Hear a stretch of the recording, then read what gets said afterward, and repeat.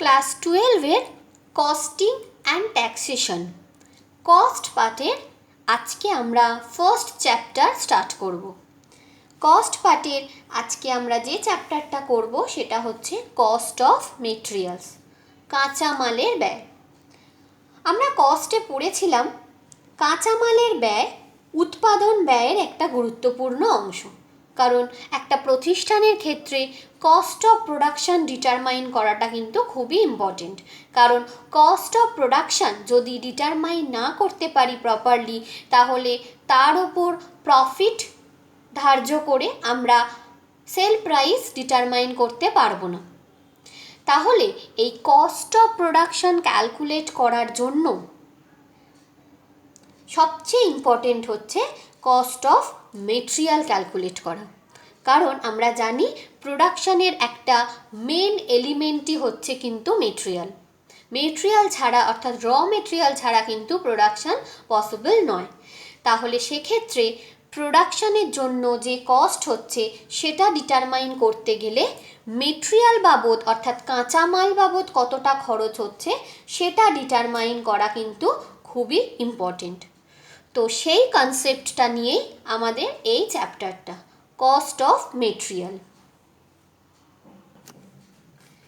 এখন প্রশ্ন হচ্ছে যে কাঁচামালের ব্যয়ের ধারণাটা কি? কারণ কাঁচামালের ব্যয় বলতে শুধুমাত্র কাঁচামালের ক্রয় সংক্রান্ত ব্যয়কেই গণ্য করা হবে, নাকি কাঁচামালের যে কনজিউমিং যে কস্ট, অর্থাৎ ভোগ সংক্রান্ত ব্যয়, সেটা বিবেচনা করা হবে?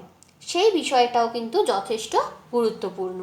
কারণ অনেক সময় দেখা যায় যে একটা প্রোডাকশানের জন্য অনেক রকমের কাঁচামাল প্রয়োজন হতে পারে, কিংবা একই কাঁচামাল বিভিন্ন সময় বিভিন্ন দামে কেনা হতে পারে। তাহলে যখন কেনা হচ্ছে তখনকার প্রাইস ডিটারমাইন করব, নাকি যখন সেটা ইউজ হচ্ছে প্রোডাকশানের জন্য তখন যে প্রাইস সেটা ডিটারমাইন করব? সেই কনসেপ্টটা ক্লিয়ার করতে হবে। সেক্ষেত্রে বলা হচ্ছে, though it is very important issue from the viewpoint of cost accounting as to the time and quantity of raw material purchased, but only such quantity of raw materials are considered and costs thereof are included in the cost of production, which are actually consumed at the time of production process. মানে কখন এবং কী পরিমাণ কাঁচামাল ক্রয় করা হলো, cost অ্যাকাউন্টিংয়ের কনসেপ্টে সেটা গুরুত্বপূর্ণ হলেও উৎপাদন ব্যয় মানে প্রোডাকশান কস্ট ডিটারমাইন করার সময় যে সময় এবং যে পরিমাণ র মেটেরিয়াল প্রোডাকশানের কাজে ব্যবহার করা হচ্ছে, শুধুমাত্র কিন্তু সেই ব্যয়টাকেই কনসিডার করতে হয়। আবার আমরা ক্লাস 11-এ যখন ইওকিউ করেছিলাম, ইকোনমিক অর্ডার কোয়ান্টিটি, তখন আমরা দেখেছিলাম যে পারচেস কস্টের মধ্যে কিন্তু শুধুমাত্র পারচেস কস্ট অফ র মেটেরিয়ালই আমরা কনসিডার করিনি। মানে শুধুমাত্র ইওকিউ ক্যালকুলেশনের সময় যে প্রয়োজনীয় কাঁচামাল বাবদ ক্রয়টাই আমরা শুধুমাত্র বিবেচনা করিনি, তার সাথে অর্ডারিং কস্ট এবং carrying cost of carrying and মেনটেনিংও আমরা কনসিডার করেছিলাম। তার মানে এটা বলা যায় যে কাঁচামালের ক্রয় মানেই কিন্তু শুধুমাত্র পারচেস কস্ট নয়, সেটা অর্ডারিং কস্ট এবং ক্যারিং এবং মেনটেনিং বাবদ যে কস্ট হচ্ছে সবটা নিয়েই কিন্তু পারচেস কস্ট হয়ে থাকে। তাহলে সেক্ষেত্রে একটা ম্যানুফ্যাকচারিং কনসার্নের কাছে খুবই ইম্পর্টেন্ট কাজ হচ্ছে is to ascertain the cost of production correctly and in an appropriate way, সঠিক উপায়ে এবং সঠিকভাবে কস্ট অফ প্রোডাকশান মানে উৎপাদন ব্যয় ডিটারমাইন করা। এই কস্ট অফ প্রোডাকশানের ক্ষেত্রে যখন জিনিস ইস্যু করা হয় তখন সেক্ষেত্রে বেশ কিছু ডকুমেন্ট ইউজ করা হয়ে থাকে। সেই ডকুমেন্টগুলো নিয়ে আমরা আজকে আলোচনা করব। তাহলে different documents relating to the issue of material, যখন স্টোর থেকে মেটেরিয়াল ইস্যু হয়, মেটেরিয়াল বিলি করা হয়, তখন কী কী ডকুমেন্ট ইউজ করা হয় সেটা আজকে আমরা পড়ব। মোট 3 রকম ডকুমেন্ট রাখা হয়। ফার্স্ট বলছে materials or store requisition note, কাঁচামাল বা মজুতের যাচনপত্র। বি বিল অফ মেটেরিয়ালস, কাঁচামালের তালিকা। আর C materials issue analysis sheets, কাঁচামাল বিলির বিশ্লেষণপত্র। এই 3টে ডকুমেন্ট নিয়ে আমরা ডিটেলসে আলোচনা করব। ফার্স্ট তাহলে কি বলছে, materials or store requisition note. It is such a valid document relating to issue of material, on the basis of which arrangements are made by the store department to issue materials or goods to the concerned department. অর্থাৎ কাঁচামাল বা মজুতে যাচনপত্র হলো এমন একটি মজুদ বিলি সংক্রান্ত বৈধ দলিল যা বা নথি যার ওপর ভিত্তি করে মজুদ ভাণ্ডার থেকে পণ্য বা কাঁচামাল বিলির ব্যবস্থা করা হয়। অর্থাৎ স্টোর থেকে যখন র মেটেরিয়াল ইস্যু করা হচ্ছে, সেটা প্রোডাকশন ডিপার্টমেন্টেই হোক বা অন্য কোনো ডিপার্টমেন্টেই হোক, যখন স্টোর থেকে র মেটেরিয়াল বেরিয়ে যাচ্ছে, ইস্যু করা হচ্ছে, তখন এই ডকুমেন্টটা রেকর্ড করা হয়। 3 copies of the store requisition note are prepared. Total 3টে কপি তৈরি করা হয়। Who prepared this requisition note? The production department, মানে উৎপাদন কেন্দ্র বা উৎপাদন বিভাগ, তারা কিন্তু এই নোটটা তৈরি করে।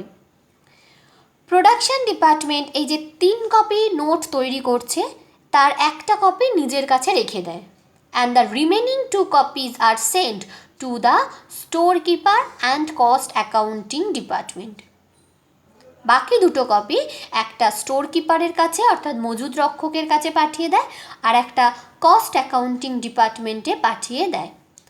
এই প্রত্যেকটা প্রশ্ন কিন্তু 1 মার্কসের কোশ্চেন এবং এমসিকিউর জন্য ভেরি ইম্পর্টেন্ট। যে স্টোর রিকুইজিশন নোট কটা প্রিপেয়ার করা হয়? 3টে। কে প্রিপেয়ার করে? Production department. বাকি 2টো কাদের কাছে পাঠানো হয়? Store keeper and cost accounting ডিপার্টমেন্টের কাছে।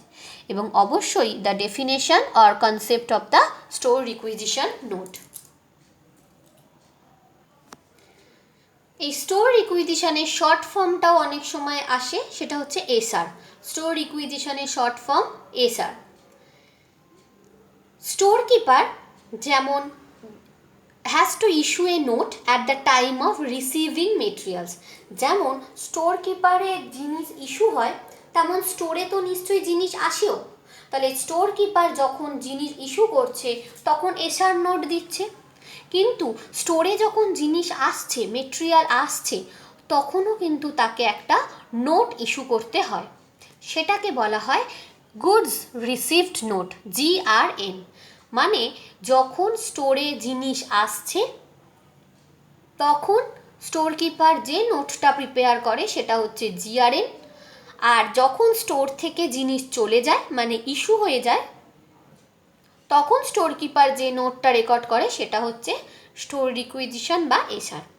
এই শর্ট ফর্মগুলো আমরা অঙ্কর সময়ও দেখতে পাবো এবং শর্ট ফর্ম হিসেবেও কিন্তু এক্সামে আসে। এরপর দেখব সেকেন্ড যে ডকুমেন্টটা, bill of material. Bill of material is a complete list of items of materials which are actually required for the completion of any job or process in the production department. কোনো একটা production করার জন্য, কোনো একটা জিনিস production করার জন্য total যা যা মেটেরিয়াল দরকার হয় সবের একটা কমপ্লিট লিস্ট হচ্ছে বিল অফ মেটেরিয়াল। মানে কোনো একটা প্রোডাকশন করতে হয়তো 10টা মেটেরিয়াল লাগবে, সেটা একটা কমপ্লিট লিস্ট হিসেবে পাঠাতে হয় প্রোডাকশন শুরু হবার আগে। এটা ভালো করে মনে রাখবে, বিল অফ মেটেরিয়াল কিন্তু সবসময় প্রোডাকশন শুরু হবার আগে অ্যাজ এ কমপ্লিট লিস্ট পাঠাতে হয়। প্রোডাকশন শুরু হয়ে যাওয়ার পর কিন্তু আর বিল অফ মেটেরিয়াল পাঠানো যায় না। তাহলে সেক্ষেত্রে আরও মেটেরিয়াল যা প্রয়োজন হতেই পারে প্রোডাকশানে, সেক্ষেত্রে কিন্তু তখন স্টোর রিকুইজিশন পাঠানো হয়। একবার বিল অফ মেটেরিয়াল পাঠিয়ে দেবার পর আর বিল অফ মেটেরিয়াল পাঠানো যায় না, মানে প্রোডাকশান শুরু হয়ে যাওয়ার পর আর বিল অফ মেটেরিয়াল পাঠানো যায় না, প্রোডাকশান শুরুর আগেই পাঠাতে হয়। কিন্তু তারপরেও যদি অন্য কোনো মেটেরিয়ালের প্রয়োজন হয় সেক্ষেত্রে স্টোর রিকুইজিশন পাঠানো যেতে পারে। এই বিল অফ মেটেরিয়াল কতগুলো কপিস তৈরি হয়? 4 কপি। কে প্রিপেয়ার করে? Engineering department. Engineering department bill of material তৈরি করে। আর তাহলে একটা কপি নিজের কাছে রাখবে ইঞ্জিনিয়ারিং ডিপার্টমেন্ট, তাহলে বাকি 3টে কপি কার কাছে পাঠিয়ে দেয়? প্রোডাকশন ডিপার্টমেন্ট, স্টোর ডিপার্টমেন্ট আর কস্ট অ্যাকাউন্টিং ডিপার্টমেন্টের কাছে। তাহলে এটা হচ্ছে বিল অফ মেটেরিয়াল। যে কোশ্চেনটা প্রায়ই কোশ্চেনে আমরা দেখতে পাই এবং ভেরি ইম্পর্টেন্ট কোশ্চেন, সেটা হচ্ছে difference between store requisition and bill of material.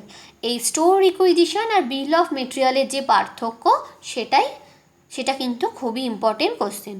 কিছু পার্থক্য আমরা এখান থেকেই দেখে নিলাম, যেমন ওটা ধরো 3 কপি বানানো হয়, এটা 4 কপি বানানো হয়। স্টোর রিকুইজিশন কে প্রোডাকশন ডিপার্টমেন্ট প্রিপেয়ার করে, এটা ইঞ্জিনিয়ারিং ডিপার্টমেন্ট প্রিপেয়ার করে।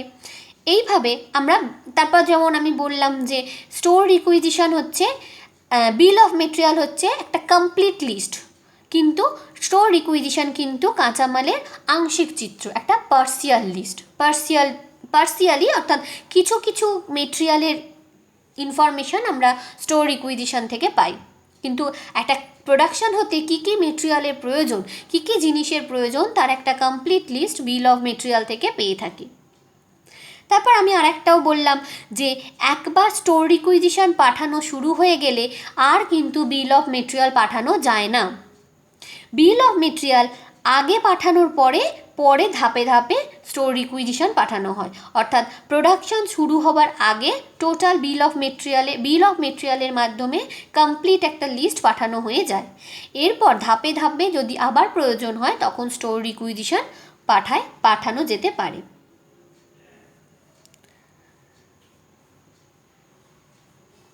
অ্যাকাউন্টিংয়ের ক্ষেত্রে মানে হিসাব রাখার ক্ষেত্রে কিন্তু এই স্টোর রিকুইজিশনের ওপর ভিত্তি করেই মজুতের খতিয়ান বা স্টোর লেজার প্রস্তুত করা হয়, কিন্তু এই বিল অফ মেটেরিয়ালের ওপর ভিত্তি করে কিন্তু কোনো অ্যাকাউন্টিং ট্রিটমেন্ট করা হয় না। তো এইভাবেই আমরা স্টোর রিকুইজিশন আর বিল অফ মেটেরিয়ালের ডিফারেন্সটা কিন্তু খুব ভালোভাবে তৈরি করে রাখব।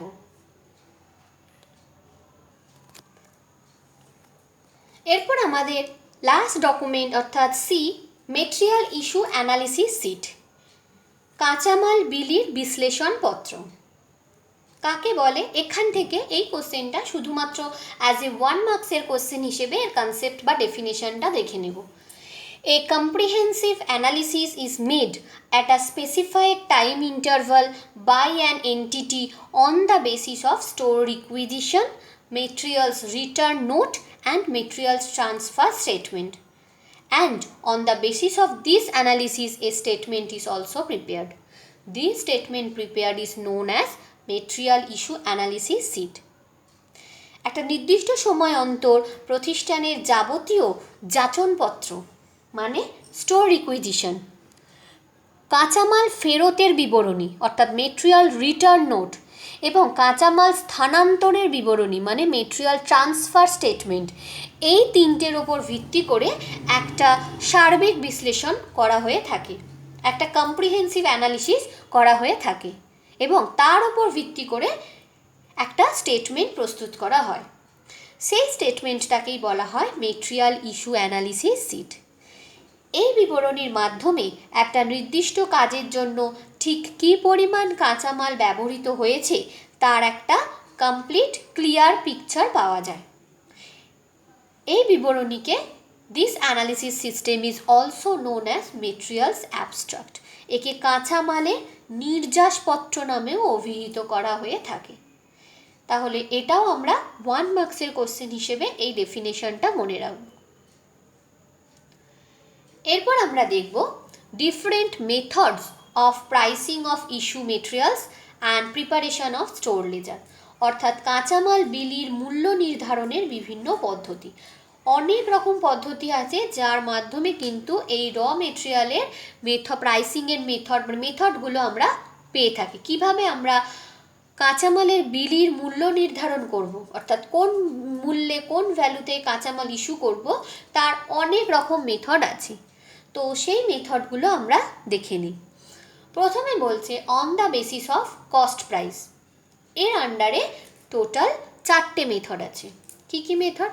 স্পেসিফিক প্রাইস মেথড, নির্দিষ্ট মূল্য পদ্ধতি, first in first out method, আগে আসে আগে যায় পদ্ধতি, এই ফার্স্ট ইন ফার্স্ট আউটকে শর্টে ফিফো মেথড বলা হয়, last in first out method যেটাকে শর্টে লিফো মেথড বলা হয়, পরে আসে আগে যায় পদ্ধতি, বেস স্টক মেথড, ভিত্তি মজুদ পদ্ধতি।